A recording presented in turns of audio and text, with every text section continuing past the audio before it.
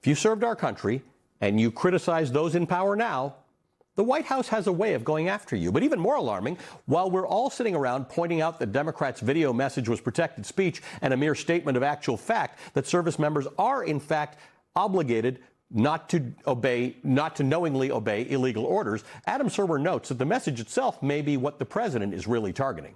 Quote, the time may come when service members are commanded to murder fellow citizens on the president's orders, and they should know that they can refuse to do so. One wonders whether that is precisely why the Trump administration's response has been so heavy-handed. Trump officials don't want service members hearing that they do not have to follow unlawful orders because they may someday issue them, end quote. Joining me now is the retired Lieutenant Colonel Amy McGrath. McGrath served for over 20 years, flying 89 combat missions in Iraq and Afghanistan. McGrath has the distinction of being the first woman in the Marine Corps to fly a combat mission in an FA-18 fighter jet. She is now a candidate for the U.S. Senate in Kentucky. Colonel McGrath, thank you for being with us. Great to be with you.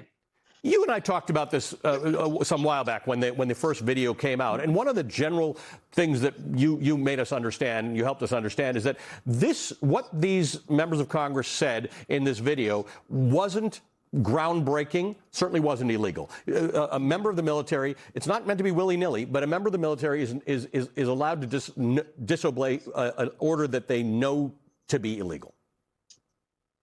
Well, not only are they allowed to disobey, they have a duty not to obey an order that they knowingly know is an illegal order. If I am ordered to shoot a prisoner in the back of the head, okay, an execution style, that's an illegal order. Okay, and members of the military have a duty not to obey that. So, but the goal here, Ali, is all of this. So what this is all about right now is to silence anyone with a military background who might speak out against the president or what he is doing. That's what this attack against Senator Kelly is all about. Yes, that's right, because Senator Kelly is strong and influential and has a position and has an income and all of that kind of stuff. That is not the case for everybody who has served in the U.S. military. In fact, we know that this is one of our societal shortcomings, right? That there are people who put their lives on the line for America, and things don't always work out for them at the other end of it. So now you add to that the weight of not being critical of the government because this was a country you fought for, and you know, not saying what you really think because they might dock your pay or your pension. Absolutely. Because, you know, if you're a veteran, you're a retiree especially, they can go after your benefits if you say something critical about the president. I mean, that's where we're at right now. And so a lot of people are going to look at this and say, well, I better not say anything. You know, how ridiculous is it? I served 24 years in uniform, risked my life, 3 combat tours, and I don't get to speak my mind. I don't get basic First Amendment right for the rest of my life. We all know this is ridiculous. I was just talking to a retired general yesterday, and, you know, he and I just discussed this, how ridiculous this is, but we've never had a more grievance-filled administration, a more grievance-filled Secretary of Defense and President, almost solely focused on silencing people, and people, by the way, who are credible, who are you know, against what their policies. And they don't want that. And they are focused on retribution as opposed to serving the American people. You're running for Senate.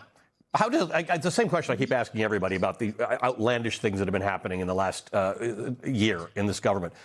How do you fix this? What happens? Let's say you get elected and Democrats get elected. And frankly, I think there are a lot of Republicans who probably think this is outlandish and ridiculous as well. What can be done to fix things that look like they are retribution and feel like they are retribution as opposed to legal?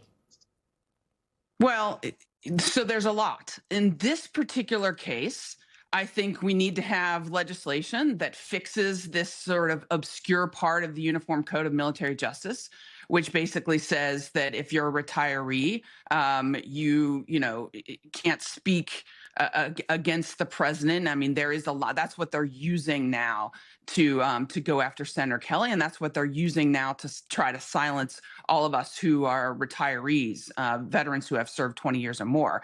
And so, what you can do as a member of Congress, we could have legislation to fix that particular thing. But there's so much stuff we're going to have to tackle in a post-Trump era. basically because we've never had a president that is so bad like this before, who have never had so much grievance. We're going to have to fix this.